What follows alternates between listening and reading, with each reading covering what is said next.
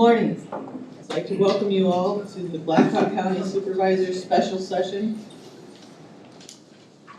for April 20th, 2026. Roll call, please, Ms. Troller. Schwartz. Here. Hall. Here. Kurtenbach. Here. Grant. Here. Leyland. Here. Would everyone please join us for a moment of silence as we reflect on our actions.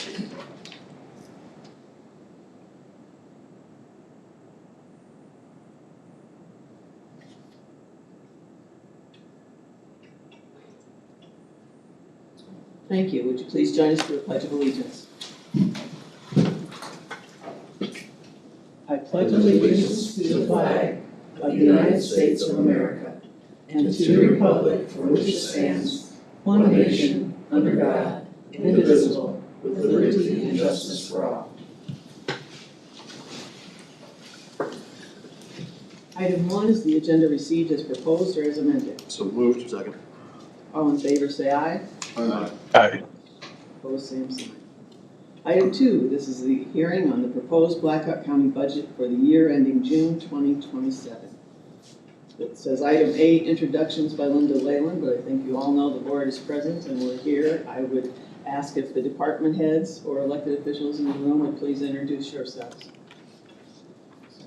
Sure. Blackhawk County Auditor Karen Showalter. Michelle Wheaton, County Finance Director. Blackhawk County Recorder Sandy Smith. Kathy Nicholas, County Engineer.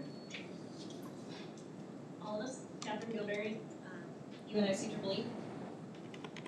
Nathan Netflyer, County Sheriff. Abby DeWitt, Marketing Coordinator.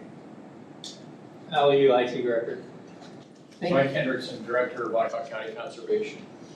Tony Schipper, Blackhawk County General Assistance Coordinator. Thanks very much.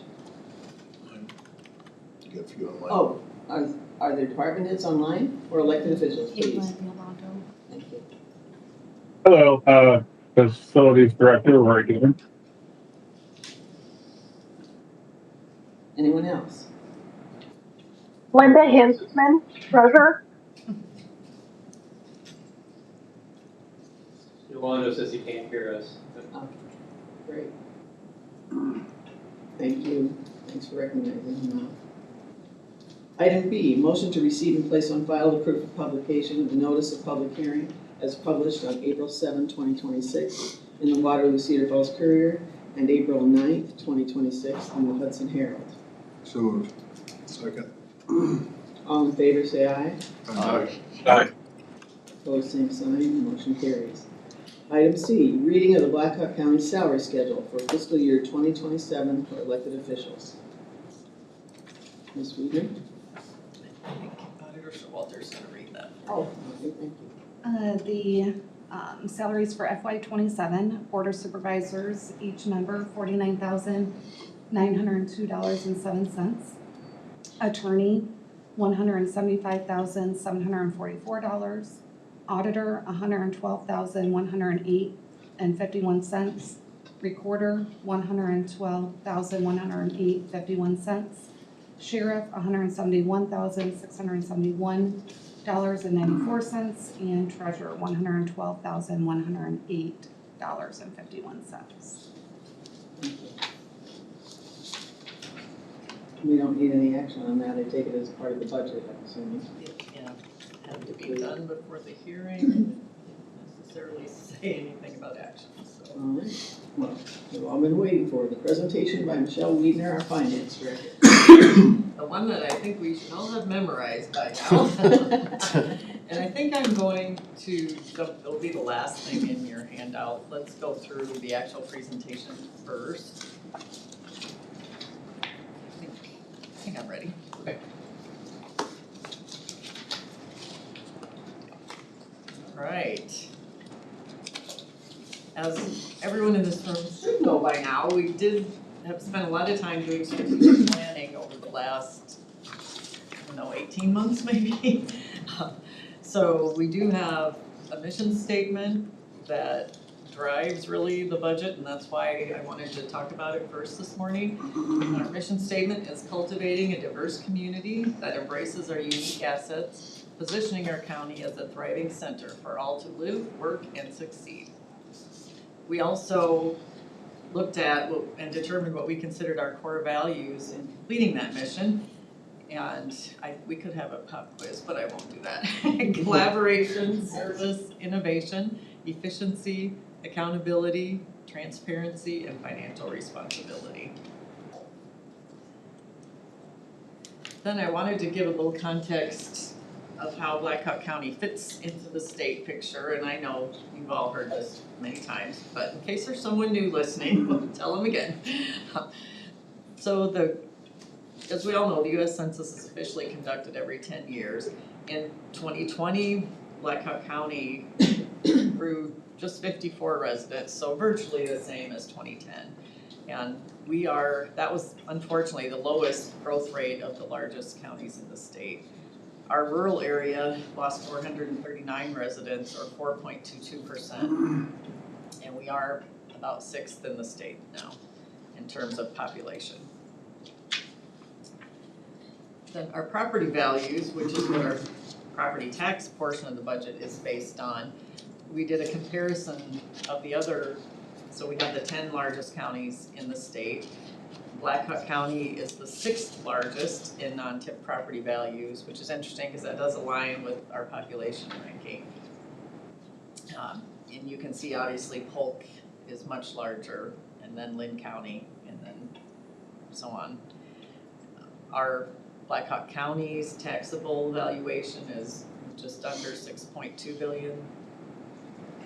And our total assessed valuation is 13.09 billion. So you can see the rollback, the state factors that reduce taxable make quite a difference.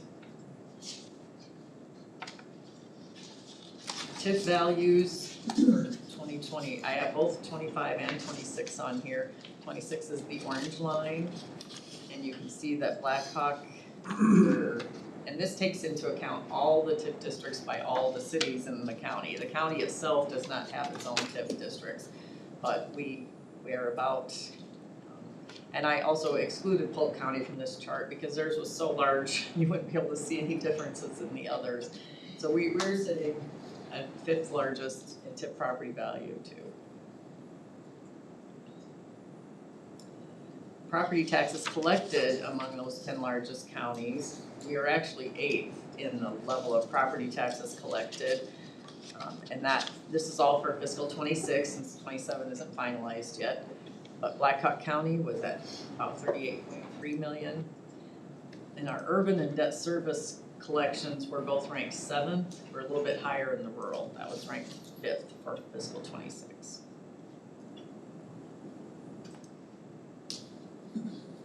Our total taxable valuation continues to grow. We're up to just 2.6 billion for fiscal 27. Our growth was 96.7 million. And the good news with that is that generated an additional 552,000 in general basic levy funds to absorb new expenses. That 8.8, that is 8.08% growth in the total assessed value, but only 1.55% increase in our taxable value.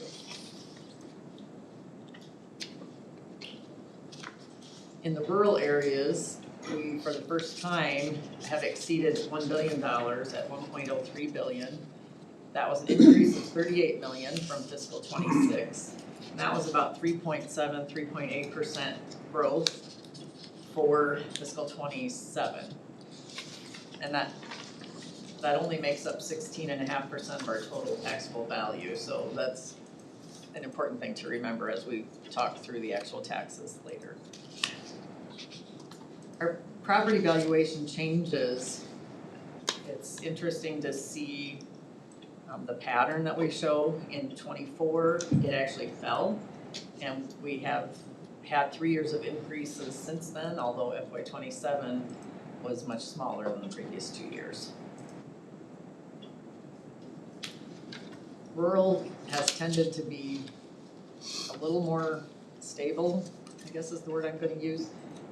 They have not had a decrease in value since fiscal 19. And again, the increase for fiscal 27 is the highest since 23. House File 718, which was passed a few years ago by the state legislature, continues to impact our tax situation. It limits how much our valuation, taxable valuation can grow. And it does reduce that if your growth is more than 2.75%.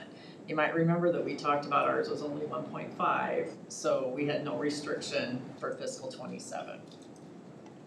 And it is nice because it actually allowed our levy rate to return to the full $3.50 levy cap. Last year, if you remember, it was limited to $3.46.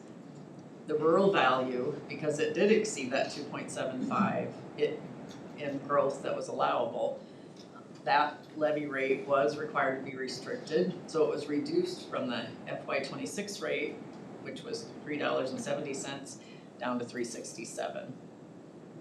There was a maximum rate allowable there of $3.95, but because the county had not been using it, we are capped at lower rates now. Other changes made in House File 718, we had business property tax credits that were changed to a reduction in taxable value. And for now, the state was providing replacement revenue for that change. Homestead exemption, which reduces the taxable value of homestead properties. This is for those over 65. That became an exemption that's not replaced by the state. There's a military exemption not replaced by the state. They also did remove all counties' ability to exceed that $3.50 general basic levy and the $3.95 general basic rural levy as part of House File 718. So our budget timeline, we're finally getting to the end of this chart. We had to have our property tax rate information uploaded to the Department of Management by March 5th.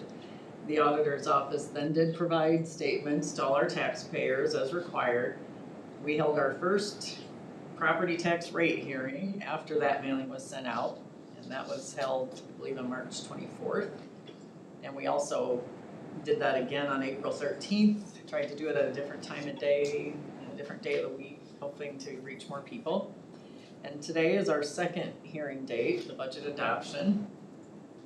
We do have to upload our budget and finalize it with the state by the end of April. So when we had the proposed property tax levy hearing on March 24th, with all the adjustments made through that date, our countywide tax levy was at $5.60, just under $5.64. Our rural levy was at $3.80, bringing the total rural rate to $9.44, and that resulted in tax collections of $39.5 million. We had a tax askings increase of $1.2 million. Again, that was on assessed valuation increase of 8.08%, or just over $1 billion, and taxable valuation increase of 1.5%, or 96.7. We came down, for the budget that was published in the paper for today's hearing, our tax rate had come, for the urban, had come from 564 down to 561. The rural levy was still at 380. The total rural levy at 942. Our increase had declined slightly to 1.1 million. Then, as we kept working through things, the final rate that we're proposing today, the countywide is 5.56608, and the rural levy is 3.69782. So the total rural taxpayer will pay $9.26.39%. That'll be total tax collections of $38,978,255. Our total increase in those askings is 1.81%, or $693,000. And I did put together the chart for the average change in county property taxes paid by the property type for the past 10 years. I tried to started out in fiscal 18 with $100,000 urban residential property. Then each year after that, I applied the individual revaluation percentages that the assessor applied and the current tax rates to get to our current taxes. And I think people will find it interesting. We all socially acceptably find it good to complain about how high our taxes are. But over the past 10 years, urban residential properties, the taxes have actually fallen by 1.59%. Now that shows on here, it's actually increased, you're paying of $1, but it has to do with the changes in the rates and the changes in your particular property value. A commercial property over that 10-year period had a percentage change of less than 1%, 0.76%. Industrial has fallen 7.07%. Rural residential has increased over that 10-year period about 15.15%. However, agricultural property has dropped by 36.7%, and the multi-residential has dropped nearly 35% over that time. Over that same time, if each of our property taxes had risen just by consumer inflation index, they would have all increased by 34.2%. So I think you can see that our actual taxes have they're not even approaching keeping up with inflation. Budget tax impact to taxpayers. So how does this affect you and your home? This first slide shows what it would have been if we had adopted the rates that we talked about at our first hearing, which was the proposed tax levy hearing. Increase of 4.55% for urban residential and an increase of 5.45% for rural residential. And I won't go through the others. But through adjustments we've made through today for the budget adoption hearing, and urban residential taxpayers' property taxes are likely to rise by 3.03%. And one caveat I should say, I had to use an estimate to determine what the individual revaluation increases were. So the assessor provided us with the average rate of increase in each type of property. So for example, the residential urban increased 9.9%. So your home may have increased 10%, it may have increased 1%, which will change this. But if your property increased by that average amount, you can expect a rise in the county share of your tax bill of 3.03%. And the county bill is only about 12 to 14% of the total tax bill, so a relatively small slice of that pie. Commercial property taxes will rise by 1.21%. Industrial properties that have warehousing will rise the most by approximately 10.24%. The residential rural is at 3.41%, and agricultural property at 1.61%. So we were able to reduce those to inflation or less for everybody except the industrial properties. Then in terms of our levy rate, the tax rate trends, the rates we're adopting for 27 are just slightly lower than what they were for fiscal 26. They've been dropping for the last 4 years at least. We had a couple of substantial declines in a few earlier years, so hopefully we're able to continue that trend. What that tax rate is made up of, we have the general for countywide property or urban residential payer. That's made of that $3.50 general basic levy. You pay a quarter approximately for debt service, and then the general supplemental of $1.81. General supplemental covers just certain things allowed by state law, such as our court system, juvenile court services, and primarily our employee benefits. The rural taxpayers pick up a few extra things, and the reason, I did have some calls about that, so I want to talk a little bit about why they pay more. That's because they're not in a city, and so they're not paying for city services such as roads, and primarily roads and police protection. So our rural taxpayers are paying an extra portion for the share of the rural deputies, and half of it of what they pay goes to roads in the rural areas of the county. So you can see their rural levy of $367 being added into the pie. We also added rural supplemental for a small slice of benefits this year. How do we spend that money that we collect? 53% of our total tax collections is spent on salaries and benefits, or will be for fiscal 27. Our capital projects is about 14.3% or 18% of the total we're collecting. Debt service will be 5% at just over $4 million. Operating expenses are 24% or $19 million. And I did try to update these slides to base it on what we're doing for FY27. Our expenditures by service or program area, you can see the largest category we have is our public safety and legal services category at 34%. And we have budgeted to spend $27.3 million for that category. The next largest is, I believe, capital projects. We're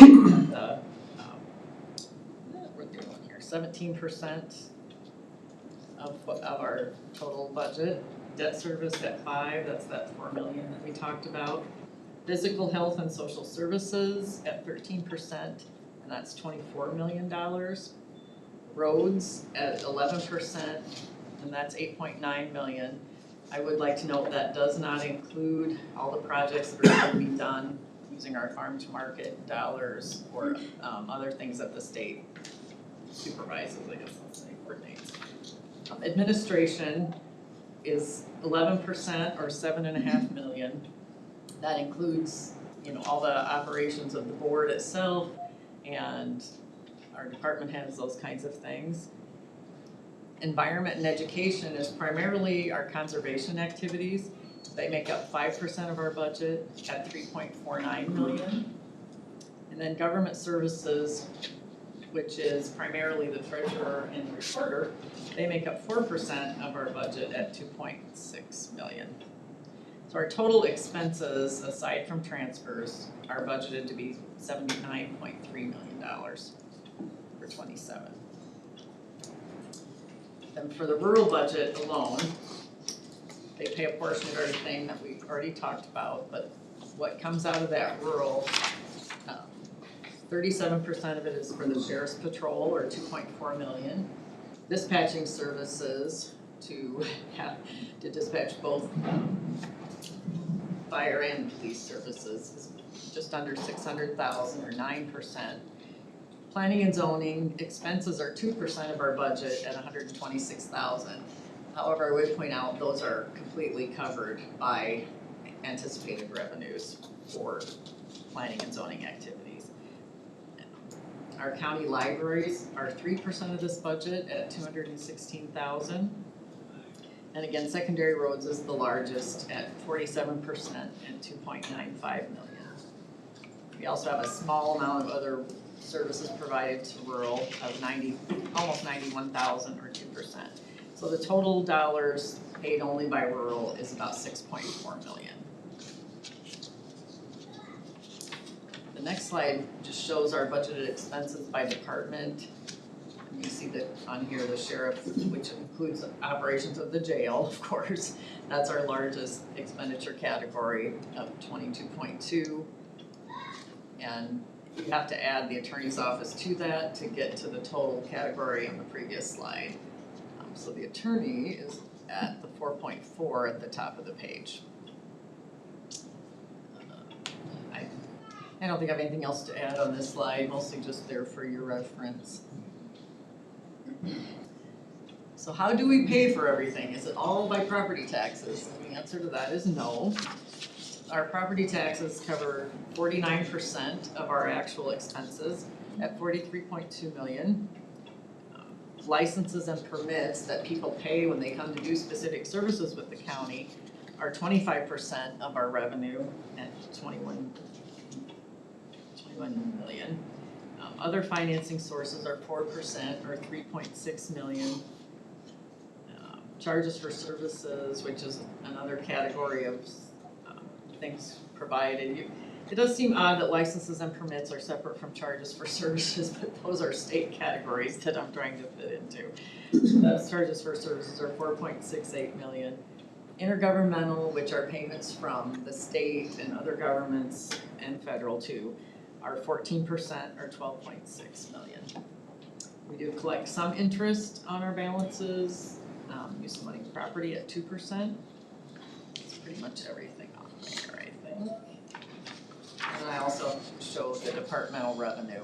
And in this slide, I did not include the property taxes because I wanted to show the other sources of revenue and how each department contributes to that.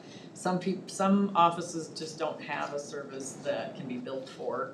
The board office is one of them, a good example that we aren't directly providing something that we charge citizens for.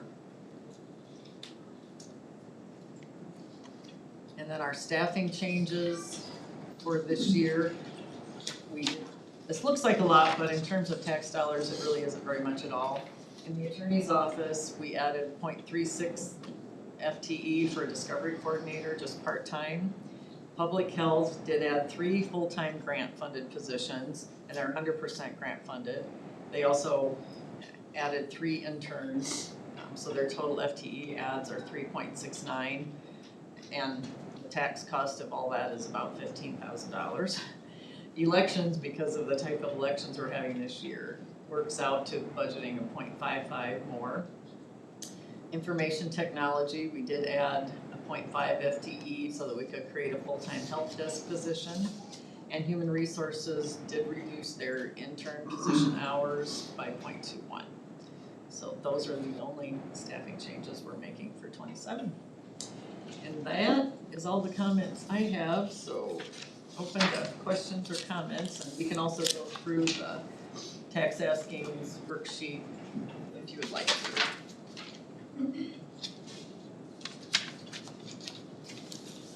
I put y'all to sleep, didn't I? That was the goal. No,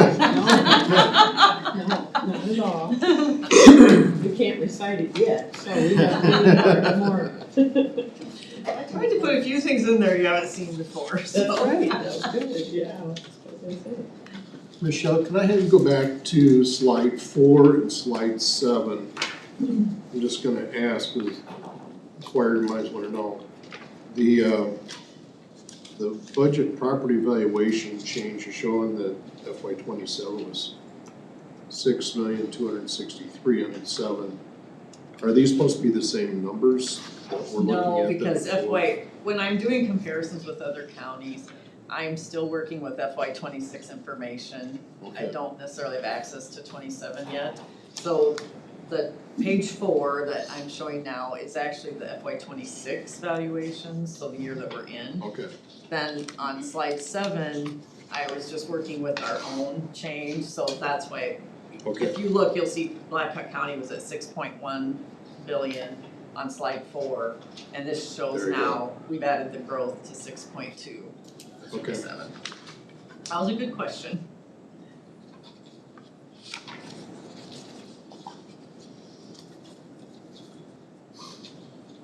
I was wondering, is there anything you wanted to, like I said, you really touched on in the presentation, any additional documents? I know you've got the hypothetical, but you've really kind of reviewed all that. So Yes, there's all the really nothing- increases, like, yeah, they're in there. They're just a little bit different format on your tax askings worksheet. If any of the departments receive grants, whether federal or state, does that goes into the revenue side, so I'm trying to, how my question. We'd see that in the audit, we wouldn't see it in the budget itself at this point, if we didn't know we're receiving some at this point. Well, we do estimate the grant revenue Okay, that we're going to get, and so that is budgeted. So it isn't as though, we don't budget that we're not getting any and then have all that revenue. We budget our best estimate for what we know about.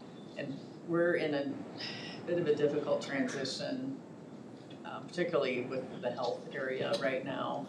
There's so many changes being made at the state level and they aren't final yet, so there's just a lot of things up in the air right now.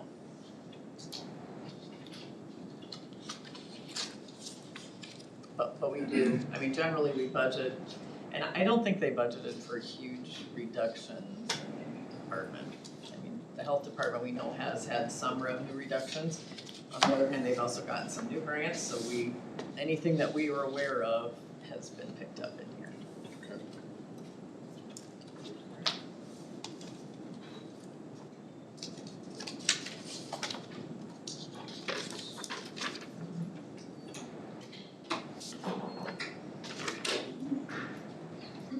And to hold hold things up, but I don't know if we pass anything, you want more discussion or comments or questions as well.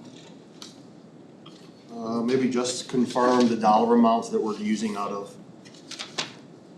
fund balance to sort of keep the tax askings down. If you could just sort of overview that for the public. There's several parts to that. We've started using a turnover factor so that we're budgeting less taxes because we know we can't keep all our positions filled 100% of the time, unfortunately, for the departments. So we had already put in about $1 million in the general fund for that, plus another about $500,000 for benefits that go with that in the supplemental. Then as we worked through things, when we, last week really, we talked about other ways that we could bring the tax levy rate and provide citizens a little bit of relief. We did decide to use $300,000, I believe, of additional general supplemental. I really did not at this point budget to use actual general fund because I'm concerned about the future potential limits on revenue. It seems like all the property tax proposals at the state level are capping future revenue increases at 2%, so I wanted to preserve the general fund. We did take some, again, out of general supplemental, that 290, and I believe we did 115,000 out of the rural fund, which brought that down significantly, actually. And to date, we haven't had any legislative issue, I guess, things that we know the impact of, that we need to change. I think still we're kind of waiting to see if. Yeah, we wish they would adjourn tomorrow when they're supposed to, so we could figure out what we really need to be doing by April 30th, but it does not sound likely at this time. Another thing that we did choose to do, because at least 2 of the 3 proposals that are out there do want us to limit how much we have in general fund reserves. So we did assign most of the capital requests that have been made, we did assign general fund balance for those. So we'll have flexibility depending on what law is passed. I wanted to keep us below the requirements that they're setting, and as best as I know the limit to be today, we've achieved that with the budget at this time. If they do pass something quickly enough and it's different, we may make a change before. So I will share, even if you approve the budget today, I probably will not upload it to the state yet in hopes that if they do pass the property tax bill, we'll have a better direction of where we need to go. So.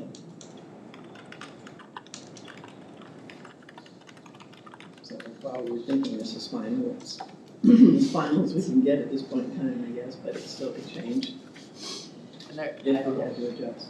yeah, I heard they, unfortunately, I think the latest we heard on Friday is they may not adjourn until the first week in May, in which case that will be, our budgets have to be filed before then, so. So for you to have the information filed correctly, like you said, what's your drop dead date for that? Is that on the 30th, that actual day, or do you have to do it before? Oh, I sure like to do it before then. Since we meet, I think is the 28th, next Tuesday, I'm trying to remember. I'm thinking I probably won't do it before then unless they adjourn. You know, if they adjourn and I know what the targets are, then I'll figure that out. But if they don't, I still think probably by the 28th we're just gonna have to do it.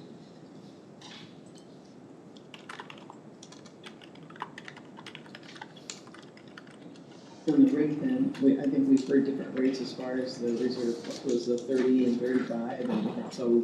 The governor's proposal, I believe, still has 10% in it. I looked again today for the Senate bill because I heard maybe they moved to 30%, but I'm not finding that in any document that I have. The House bill is sitting at 35%. And if you remember, what we have right now is at about 32%. And the difficult thing about that is expenses.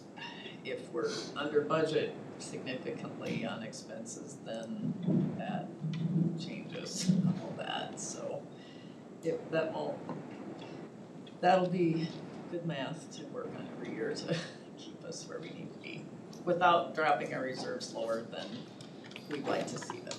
I am very disappointed at the targets they're choosing. I think they're expecting us to do things they don't expect of themselves, which seems odd to me.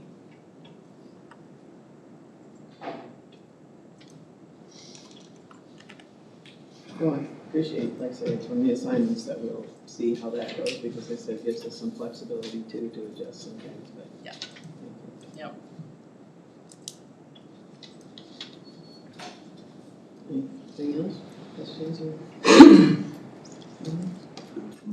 I was guessing about 20 minutes, so we're just moving right along with this last presentation, but thank you. All right. So, item E is public comments and questions. So if there's anyone in the audience that would like to speak on the budget or has a question for Michelle, or for us, I guess, but we'll defer.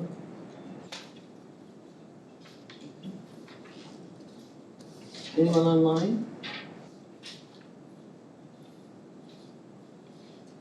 All right, and moving on to item F, comments by the Board of Supervisors. So, who'd like to begin with just their comments about the budget process or where we're at, and and if not? This is Chris.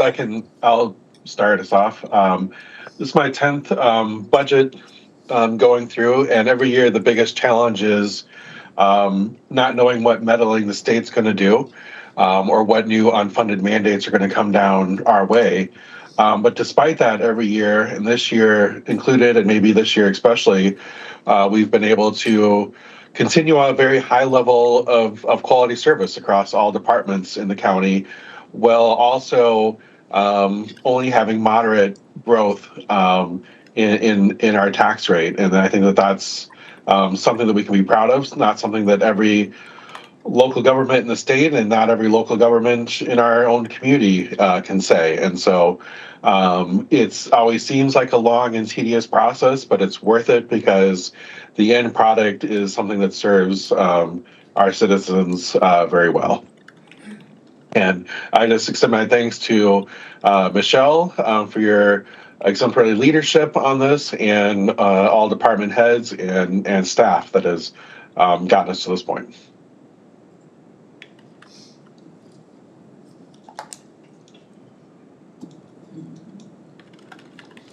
Well, no. I mean, awesome job by Michelle and staff to get through this. I don't know if Staples has points, but they do.